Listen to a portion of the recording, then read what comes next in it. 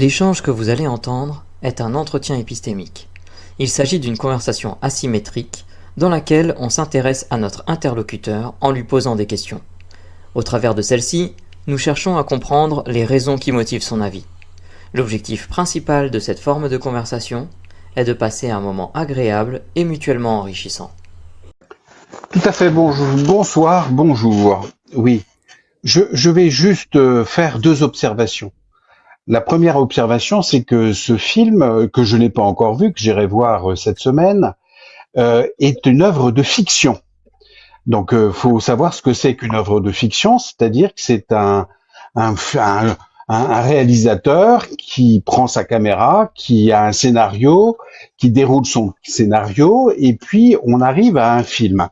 Et ce film, c'est une œuvre de fiction, ce n'est pas un reportage, c'est pas des journalistes qui mènent l'enquête, ce n'est pas une étude, un rapport d'enquête parlementaire, c'est une œuvre de fiction.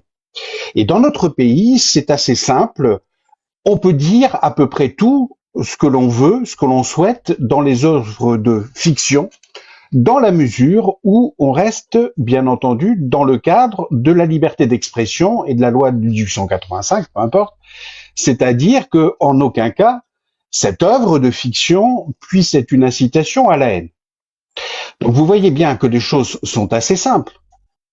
Une œuvre de fiction en aucun cas, ne peut être problématique dès lors qu'elle a eu l'autorisation de la diffusion, parce que comme vous savez, dans notre pays, pour qu'une œuvre de fiction ou un reportage puisse faire l'objet d'une diffusion dans les cinémas, il y a des labels qui sont accordés par un certain nombre de commissions, qui fait que, bien entendu, on ne pourrait pas dans notre système en France, et d'ailleurs c'est à peu près le même système à l'étranger, diffuser une œuvre qui serait une incitation à la haine, qui tomberait sous le coup de la loi.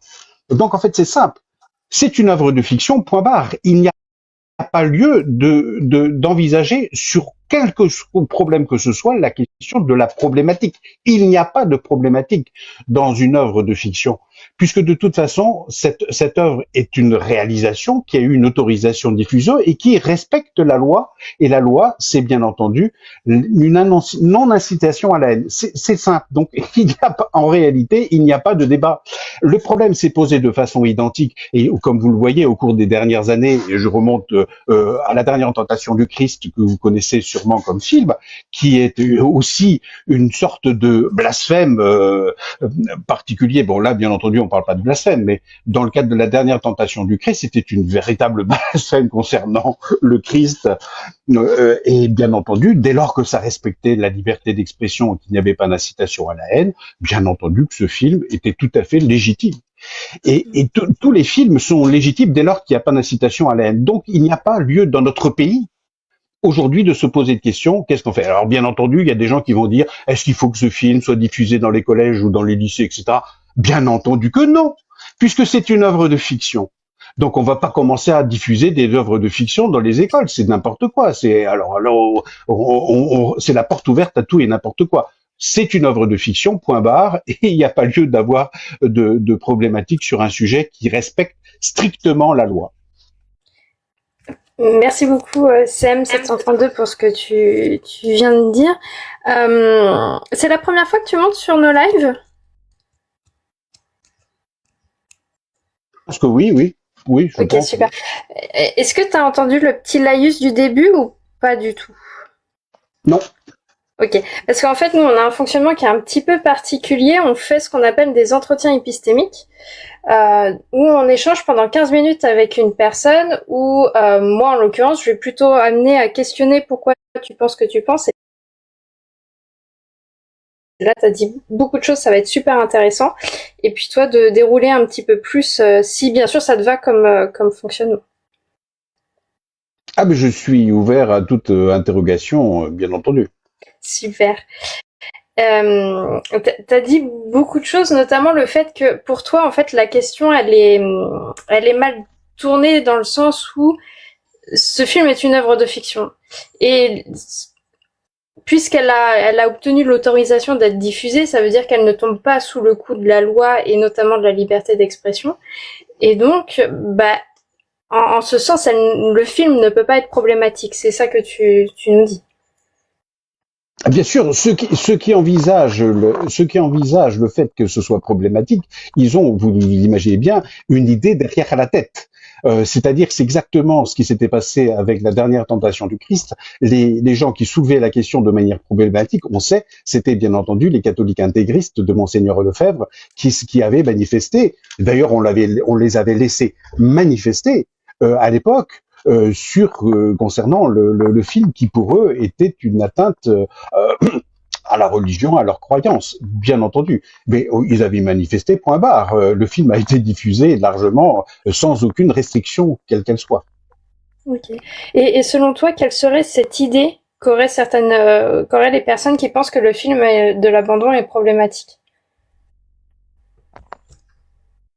Ah ben, je n'ai aucune idée. Moi, je sais par expérience ce qui s'est passé, notamment pour la dernière tentation de Christ, mais moi, je ne vois aucune raison pour qui que ce soit d'envisager l'hypothèse que ce soit problématique. Je ne sais pas et j'ignore complètement. Alors, si vous pensez qu'il y a des gens pour qui c'est problématique, ce serait intéressant que vous puissiez me le dire. Et justement, ça va être tout le but de nos entretiens épistémiques, de faire monter un petit peu tout le monde au fur et à mesure, et puis peut-être qu'on aura certaines personnes qui penseront qu'il l'est. Mais là, en tous les cas, toi, c'est pas le cas, puisque en plus tu le considères comme une œuvre de fiction qui ne va pas à l'encontre ni de la liberté d'expression, ni de la loi française. Tout à fait, oui. Le problème de problématique n'existe pas pour moi, c'est évident. Et quelle que soit la personne qui se sentirait visée en la matière, elle se trompe.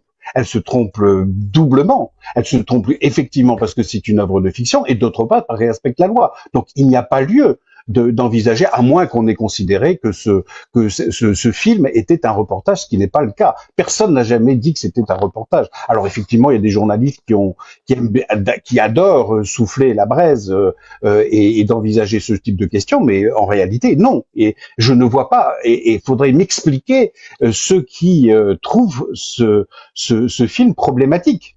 Je suis très ouvert à toute explication pour m'expliquer effectivement en quoi ce film est problématique. Quand tu dis que ce film est une œuvre de fiction, peut-être que pour certaines personnes, ça pourrait les questionner du fait que c'est tiré d'une histoire réelle. Est-ce que, du coup, tu pourrais nous donner ta définition du film de fiction? Une œuvre de fiction, c'est effectivement un scénario réalisé à partir d'une histoire vraie, mais qui aborde bien entendu un point de vue et avec des personnages qui sont des acteurs et qui regardent. Voilà, c'est quel que soit le film aujourd'hui, on a affaire à des œuvres de fiction, des pièces de théâtre sont des œuvres de fiction. C'est de la différence fondamentale par rapport à un reportage réalisé par un journaliste avec une enquête menée, des dossiers, des interviews de magistrats, etc. Là, on a affaire à une œuvre de fiction. J'allais dire, si ça posait problème, la liste de Schindler, c'est une œuvre de fiction. Même si c'est parfaitement bien fait et que ça atteint son objectif, il n'en reste pas moins que c'est une œuvre de fiction. Comme ce film aujourd'hui. Okay. Vas-y.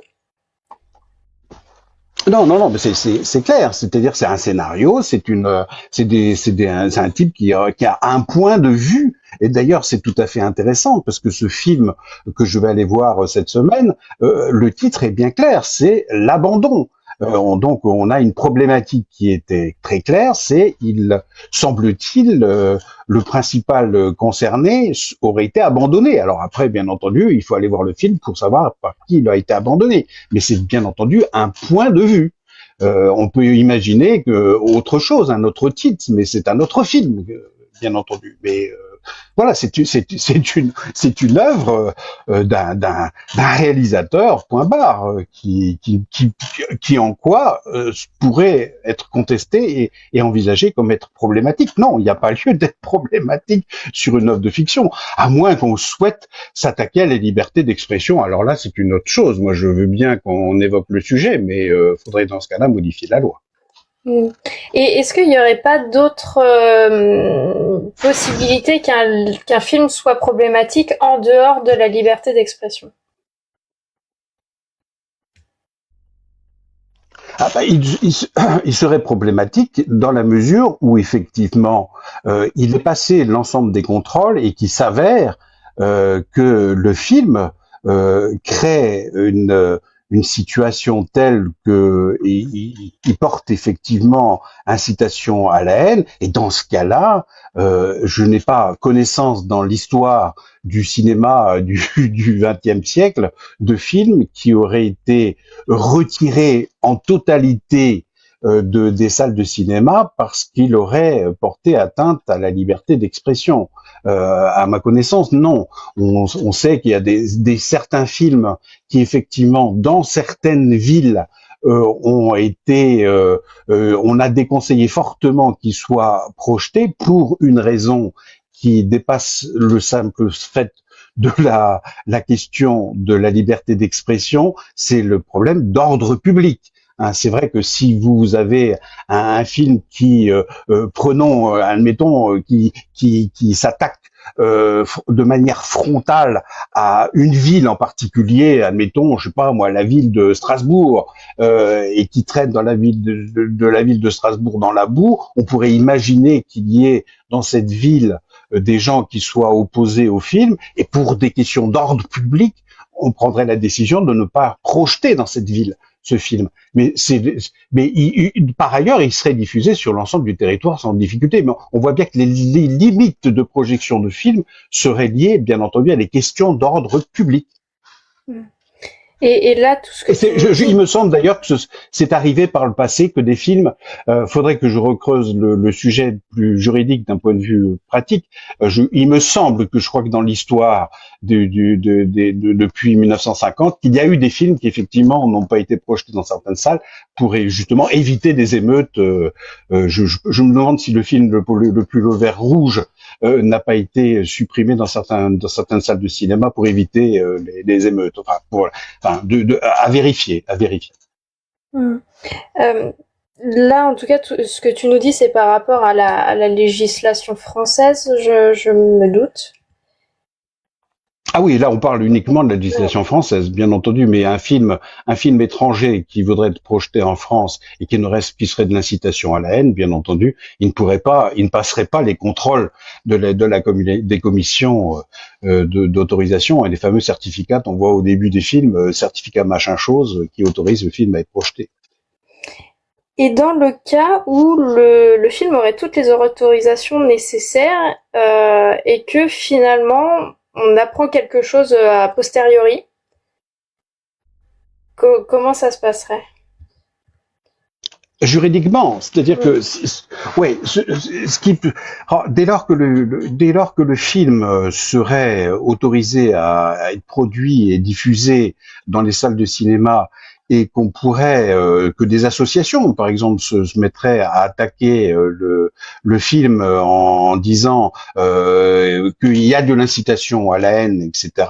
Bien entendu, le juge en référé, puisque c'est notre dispositif, serait amené à examiner rapidement sur le fond et sur la forme ce type de recours pour éventuellement interdire la projection du film, ce qui techniquement est envisageable dans notre droit. Hein.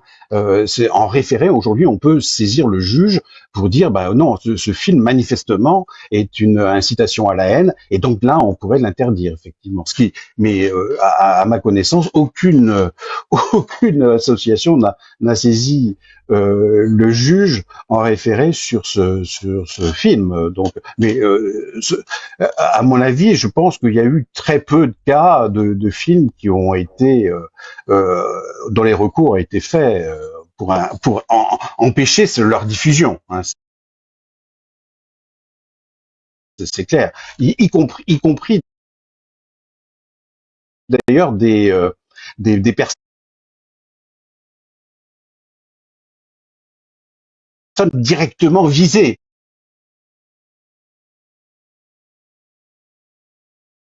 parce qu'il y a des films, on se souvient dans l'histoire, des films qui racontent où des types ils disent oui, mais enfin, en fait, c'est moi dont vous parlez.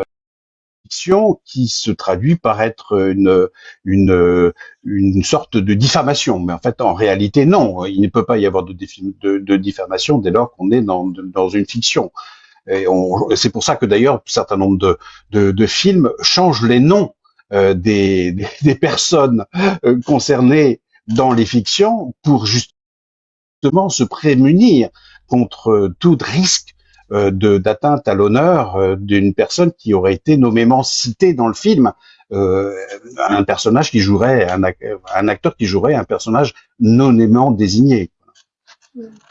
Okay. Ce que j'entends de ce que tu nous dis, c'est que le système finalement pour s'assurer si le film peut être diffusé ou non n'est pas totalement infaillible, mais qu'il y a un recours quand même a posteriori au besoin. Auquel cas, si le film est vraiment problématique, il pourrait être retiré des salles de projection. En théorie, oui, mais par le passé, ça s'est jamais fait.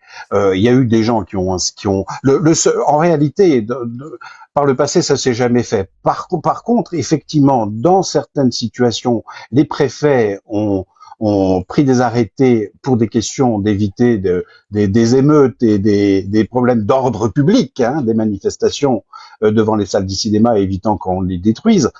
Mais ça portait sur des questions d'ordre public, mais non pas sur le fond, le même du film. Bien entendu, on peut toujours imaginer des recours, mais jusqu'ici, à ma connaissance, depuis 1958, il n'y a pas eu de film qui aurait été retiré a posteriori par décision de justice, parce que bien entendu ils auraient passé les dispositifs de contrôle et qu'il aurait effectivement été des incitations à la haine de manière extrêmement claire. Ok, très bien. Mais juridiquement, ça pourrait se faire. On peut aujourd'hui en référé, vous pouvez bien entendu saisir la justice contre toute diffusion, y compris copyright concernant des droits d'auteur, etc. Enfin, on peut toujours saisir le juge en référé. Ok.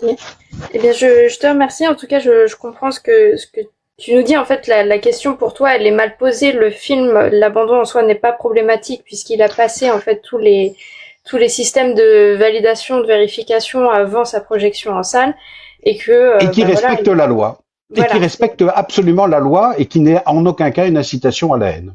Et que ce film est un point de vue, une fiction d'un réalisateur, et donc ce n'est pas un reportage, ce n'est pas un reportage à charge organisé par un groupement de journalistes de la télévision ou autre qui fait un reportage où là effectivement on est plus dans l'œuvre de fiction, mais avec une obligation tout à fait particulière qu'ont les journalistes, ce que la responsabilité des acteurs et des réalisateurs de fiction n'ont pas, bien entendu, n'ont pas cette responsabilité énorme qu'ont les journalistes.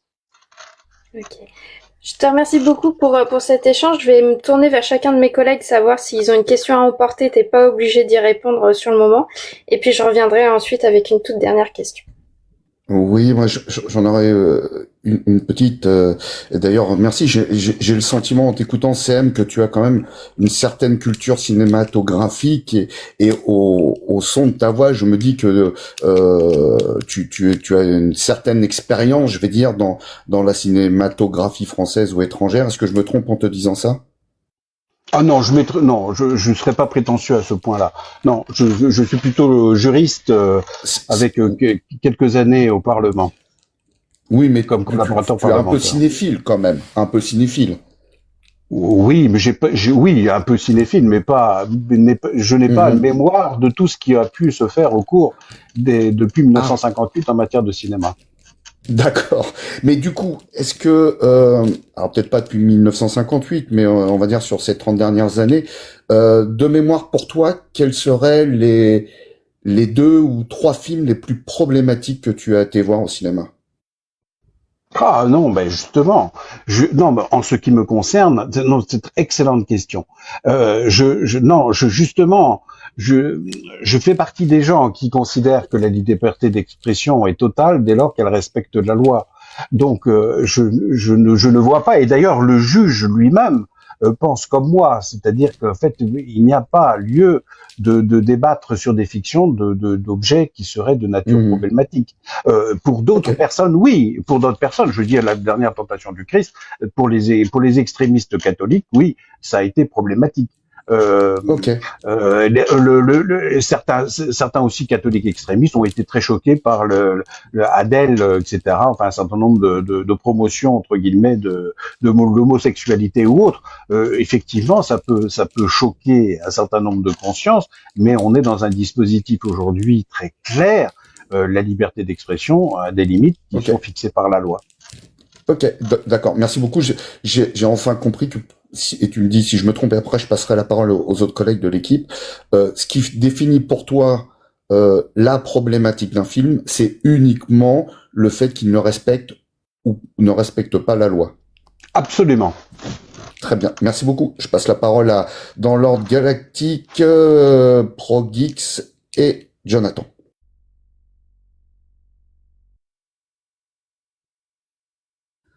Alors on va faire Régis, puisque Galactique dort, bonjour. Je pense. Bah non, je suis en train de répondre. Vous m'entendez pas? Si, c'est bon, on t'entend maintenant. Ah, ok. Je sais pas si ça... Moi, bon, je vais quand même la poser. Bonjour déjà. Bonjour. Je crois que tu as un problème de micro, Galactique. Bonjour. Je crois que tu as un problème. Ouais, Ah, merde. On t'entend pas, Galactique. Ok. Ah ouais, ok. Et là, c'est peut-être mieux. Ouais, allô, ça passe. Là. Ok, oui, ça passe. Je vous écoute. Ouais, bonjour. Oui, une simple question. Est-il possible qu'un film, par essence, ne soit pas problématique, mais qu'il engendre une récupération qui, elle, puisse l'être? Et dans ce cas-là, comment réagir à ça? Oui, c'est une excellente question. Oui. Alors, c'est une question emportée. CM, les questions emportées, normalement, on les garde pour soi.